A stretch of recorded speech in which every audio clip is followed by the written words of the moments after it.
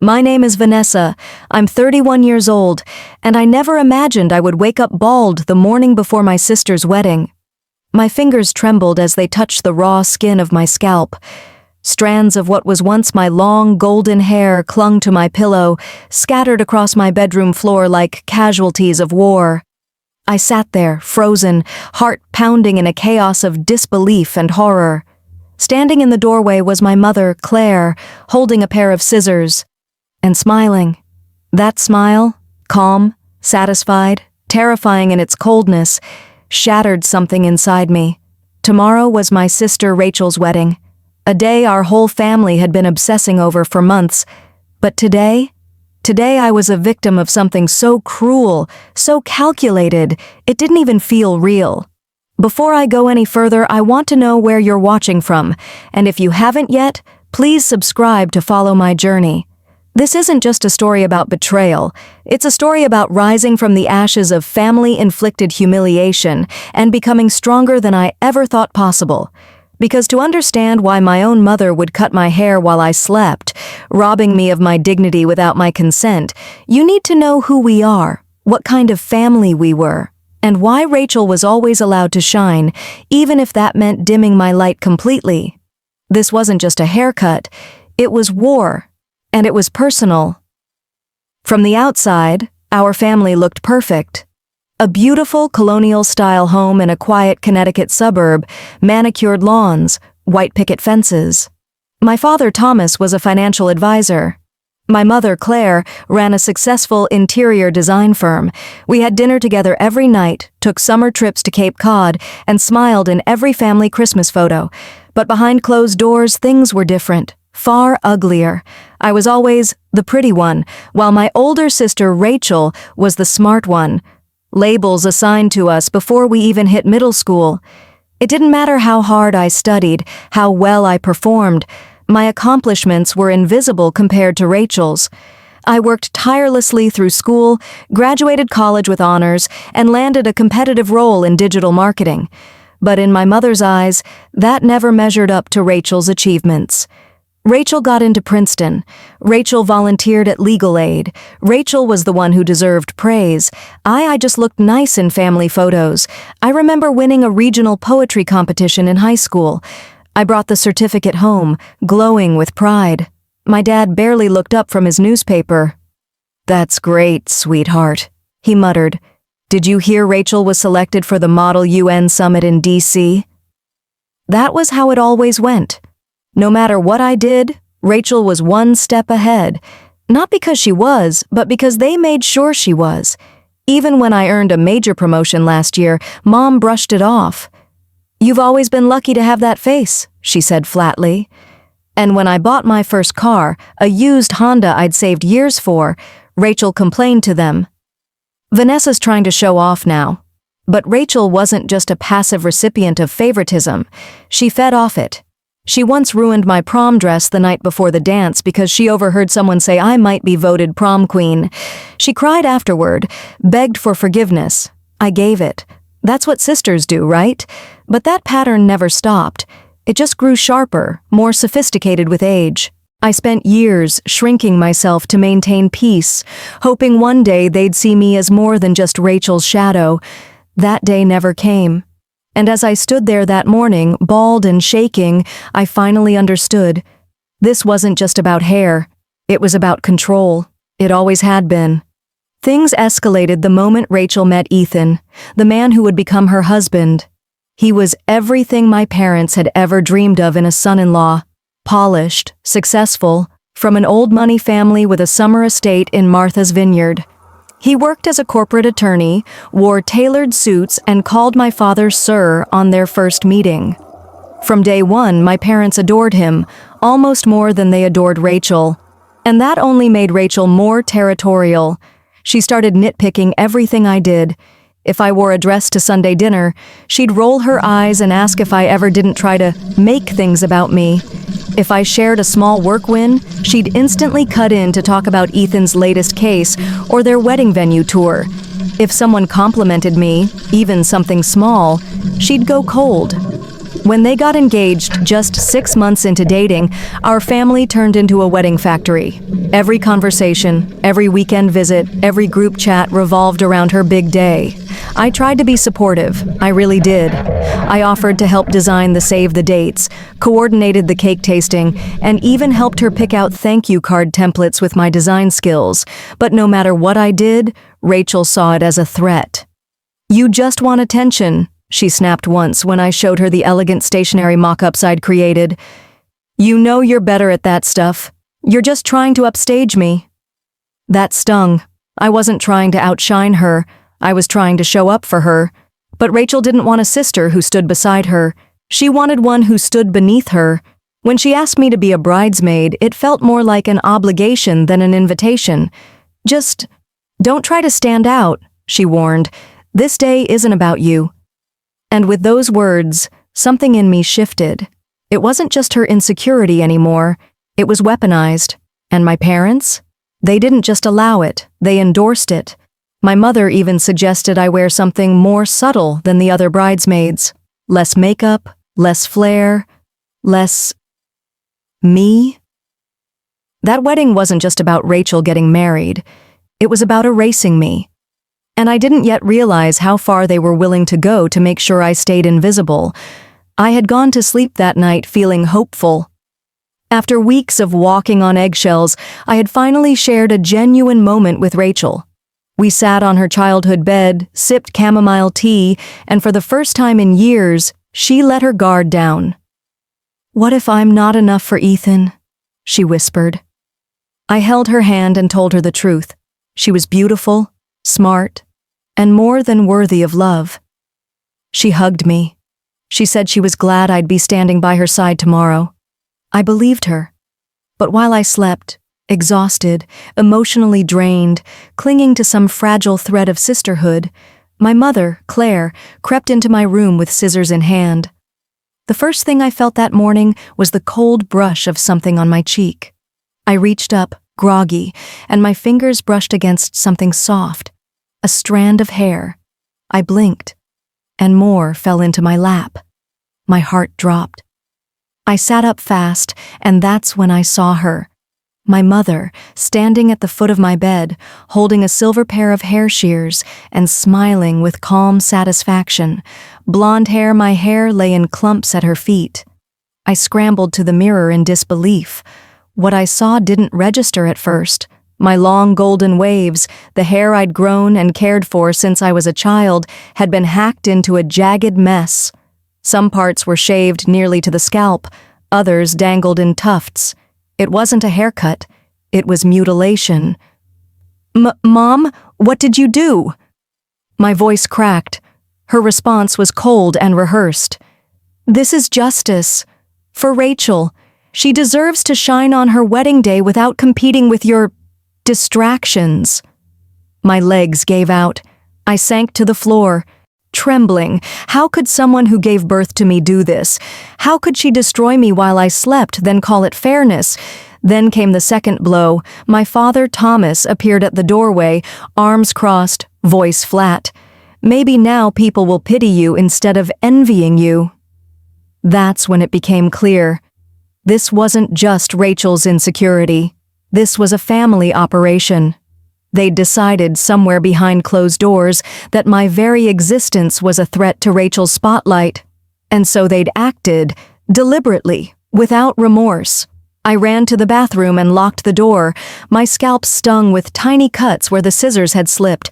My reflection was unrecognizable. I looked broken, but worse, I felt violated in a way I had no words for. I reached for my phone to call my best friend, but it was gone. Mom had taken it. "You'll get it back after the wedding," she said through the door, as if I were a child being grounded. "No more drama. Rachel needs this day to be perfect." They stripped me of my voice, my autonomy, my dignity, all in the name of sisterhood. But they had no idea what they'd just awakened in me. I didn't want to walk into that church. Every cell in my body screamed for me to run, to escape the humiliation, the shame, the eyes I knew would be watching. But I had no choice. My parents had made it very clear. If I didn't show up, They would pull their financial support. They co-signed my apartment lease. They had ties at my company. I wasn't just emotionally trapped, I was logistically cornered, so I walked in. My newly butchered pixie cut, styled as best as the bridal hairdresser could manage, clung awkwardly to my scalp. My dress, a lavender monstrosity a size too big, drowned my figure. My makeup was minimal, at my mother's insistence. "Natural looks best on Vanessa," she had said, with a forced smile that didn't meet her eyes. I looked like a stranger to myself, and when the other bridesmaids saw me, their jaws dropped. "What happened to your hair?" Rachel's old college roommate, Brianna, blurted out before slapping a hand over her mouth. Before I could answer, Rachel swooped in, radiant in her designer gown. "Oh, poor Vanessa had a breakdown last night," she said sweetly, just loud enough for the whole bridal party to hear. "She tried to cut her own hair. It's been a hard time for her lately." She gave me a pointed look that dared me to contradict her. And I didn't. Because my parents were right there, hovering like sentinels. If I opened my mouth, I knew the fallout would be brutal, so I nodded slightly, swallowing my pride along with my rage. The ceremony blurred. I walked the aisle with the bouquet, stood stiffly beside the other bridesmaids, and forced my smile for the dozens of guests, many of whom had known me since childhood.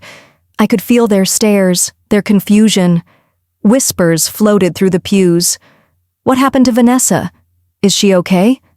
She used to be so put together." During the photos, I was carefully pushed to the back or cropped out altogether. At one point, the photographer even suggested, "Maybe we can get a few without Vanessa, just for variety." My mother didn't object. In fact, she agreed. At the reception, my table was placed near the back, far from the head table where Rachel basked in the spotlight. When I tried to speak to family friends, I was met with awkward sympathy or fake concern. Everyone had already heard the story, the one Rachel planted, that I'd lost it, that I'd snapped. Only one person treated me like a human being, Ethan's brother, Daniel. He sat beside me, leaned in quietly, and asked, "You didn't cut your own hair, did you?" I shook my head, unable to speak. "I didn't think so," he whispered. "You still look beautiful, you know. Different, but strong." And in that small moment of kindness, something stirred in me. They had humiliated me publicly, stripped me bare, but they hadn't broken me. That night, while the reception buzzed with toasts, laughter, and clinking glasses, I sat quietly at the edge of the ballroom, nursing a glass of water and the burning weight of everything they had done to me. The humiliation was still fresh, my scalp still stung, my eyes still red, but something colder, clearer had begun to settle inside me. I was done playing the good daughter, done shrinking, done waiting for them to love me properly. They thought cutting my hair would make me small, invisible. But what they didn't realize was that in stripping me down, they had also burned away the last bit of tolerance I had left for their cruelty, and in its place, they had awakened something new in me. Clarity, resolve. I didn't want a screaming match. I didn't want public confrontation. That would only feed their narrative of me being unstable. No, if I was going to respond, it would be measured, precise, undeniable, and quiet. I began mentally mapping it out, piece by piece, right there at the reception. Rachel, would be spending her wedding night in the bridal suite at the Four Seasons. Their honeymoon flight to Bora Bora left the next morning. All her luggage and personal items were being handled by the wedding coordinator, Simone, who carried the master key to the suite. I still had access to Rachel's old passwords. She never changed them, always using a variation of our childhood dog's name. It wouldn't take much to get into her social media accounts, maybe even her work email.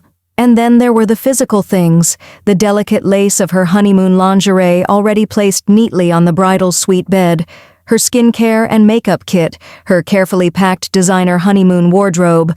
What if a few drops of clear itching powder found their way onto those fabrics? What if her waterproof mascara was quietly swapped for a standard one that would smudge in tropical humidity? What if her flight itinerary were ever so slightly edited and reprinted, leading to a confusing missed flight? Each act alone would seem unfortunate, inconvenient at best, but together, they'd feel like karma, and no one would ever trace it back to me. Still sitting in the ballroom, I caught Daniel's eye across the room. He smiled softly, raising his glass toward me. The only person in the entire event who'd treated me with real humanity. He didn't know it yet, but that small gesture, that moment of empathy, gave me permission, not for cruelty, but for justice. It wasn't about revenge anymore. It was about reclaiming something that had been stolen from me for years. My power. The first sign that my plan was working came at 2:37 a.m. An alert from the small motion-triggered camera I had discreetly placed in the bridal suite pinged my encrypted email. I opened the footage, heart pounding. The grainy black-and-white video showed Rachel pacing the room in her silk robe, aggressively scratching her arms. Ethan sat on the edge of the bed, equally bewildered, tugging at the collar of his shirt. "It burns," Rachel whined. "Something's wrong with these sheets." Ethan mumbled something about detergent or nerves, but as he reached to scratch behind his knee, the look on his face shifted from mild concern to full-on panic. I watched them argue, flail, check the labels on their clothes, and eventually call down to the hotel front desk to request new bedding and a room change at 3 a.m. on their wedding night. The honeymoon had begun, and it was itchy. By morning, things only got worse. The flight to Bora Bora was scheduled for 10 a.m., but the updated tickets, the ones I'd slipped into their gift basket, listed a 1 p.m. departure. I had mimicked the airline's branding perfectly. Rachel, of course, being who she was, didn't bother checking twice. She trusted what she was handed. When they showed up at the airport at noon, already exhausted and still red from mysterious rashes, they were informed that their original flight had departed hours ago, along with their luggage. Their bags were now in Bora Bora. They were not. They had to wait nearly 6 hours for the next available flight, cramped in a crowded terminal, wearing the same clothes from the night before. No shower, no rest, no champagne-soaked romance, and I was just getting started. Thanks to the scheduled posts I had prepared from Rachel's social media account, her perfectly curated online persona began to unravel. Grainy, unflattering wedding photos started appearing every few hours, double chins, awkward expressions, and captions that towed the line between self-absorbed and ridiculous. Truly, the most stunning bride that ever lived, sorry not sorry. The comments rolled in, "Is this really you, Rachel?" And, "Did you post this on purpose?" I watched from afar as her group chats buzzed in confusion. People messaged to ask if she'd been hacked, others simply laughed. And through it all, Rachel remained oblivious to who was behind the chaos. To her, it was all just terrible luck. A ruined wedding night, a delayed flight, skin irritation, social embarrassment. But I knew the truth. It wasn't luck. It was balance. Every lie they told about me, every snide comment, every effort to make me feel small, it was being returned to sender. And the best part? They had absolutely no idea it was me. The ripple effect started almost immediately, and I didn't even have to lift another finger. It began with Marina, the hairstylist. She wasn't just horrified by what she saw that morning she talked, at first to her assistant, then to a few trusted clients. Before long, the story of what Claire had done to her daughter spread like wildfire through our suburban circle. Apparently, Marina had confided in someone during another wedding the following weekend. "I've never seen anything like it," she said. "That poor girl. Her mother hacked her hair while she was asleep, called it justice. I nearly walked out." It didn't take long for the whispers to reach my extended family. My cousin Rachel texted me late one night. "Is it true? Did your mom really cut your hair while you were sleeping before the wedding? Because if it is, that's not just toxic, that's abusive." My cousin Jason wrote, "I always knew Aunt Claire favored Rachel, but this? This is some next-level stuff. I'm sorry you went through that." Even people who had never stood up for me before began checking in. Linda, my mom's longtime best friend, sent a carefully worded message. "I've known your mother for over 30 years, Vanessa. And I don't know what to believe right now, but if you need someone to talk to, I'm here. I didn't confirm anything, but I didn't deny it either, and that silence, that intentional ambiguity, only fueled the speculation. Meanwhile, I finally turned my regular phone back on. Dozens of missed calls, voicemails, and texts from my parents and Rachel flooded in. Their messages shifted from cold to desperate. "Vanessa, we need to talk. People are saying things that are deeply inappropriate. My father." "Sweetheart, whatever misunderstanding occurred, we need to present a united front. For the sake of the family." My mother. "I know it was you. Just admit it. You ruined my honeymoon, you vindictive brat." Rachel. I ignored them all. Because the truth was finally out there, not in press releases or confrontations, but in the hushed conversations over coffee, the raised eyebrows at book clubs, the sidelong glances at church. The people who once thought I was dramatic, attention-seeking, or overly sensitive were beginning to see what I had endured all along. And for the first time in my life, I didn't feel crazy. I felt seen. I felt believed. No amount of damage control from my parents could undo what was already unraveling. Their perfect image was cracking, not because I screamed it into the void, but because I simply stepped back and let their own actions speak. Justice, it turns out, doesn't always need a microphone. Sometimes silence is enough to burn the whole house down. After the wedding chaos settled into memory for everyone else, my real healing began. I moved out of the apartment my parents co-signed, packed my things in silence, terminated the lease early using money from a savings account they didn't know I had. I relocated across the country to Seattle, where no one knew my name, my family, or my history. For the first time in my adult life, I was truly on my own, and it felt peaceful. I took a new job in a creative agency that actually valued me for my ideas, not just how I looked on their team page. My tiny studio apartment overlooked the Puget Sound. It wasn't glamorous, but it was mine, entirely mine, and that made all the difference. Every morning I sat on my little balcony, sipping coffee as the ferry boats crossed the water. No judgmental glares, no whispered comparisons, just me, the ocean breeze, and the quiet knowing that I'd survived something most people never even name: family betrayal. I started therapy with a trauma specialist who helped me unpack not just the wedding, but years of being undermined, minimized, and manipulated by the people who were supposed to love me most. Together, we named what I had lived through: emotional abuse disguised as tradition, favoritism disguised as parenting. It was in those sessions that I finally stopped asking what I had done wrong and started asking why they thought they could treat me that way. And somewhere in the middle of that unraveling came Daniel. He messaged me a week after the wedding, casual but warm. "Hey, I'm in Seattle next weekend. Coffee?" That coffee turned into lunch, then dinner, then weekly phone calls, then flights across the country. Daniel never asked me to explain myself. He never acted like what happened to me was drama or family stuff. He just listened and saw me, all of me, without trying to dim my light. "You know what I admire most about you?" he said one night, while we stood barefoot in my kitchen cooking pasta. "You went through hell, and instead of breaking, you built something better." I had to look away to keep from crying, because he was right.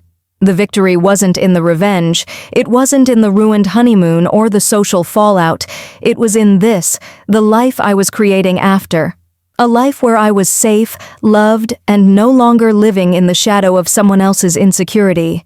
And maybe, for the first time, I wasn't just surviving anymore.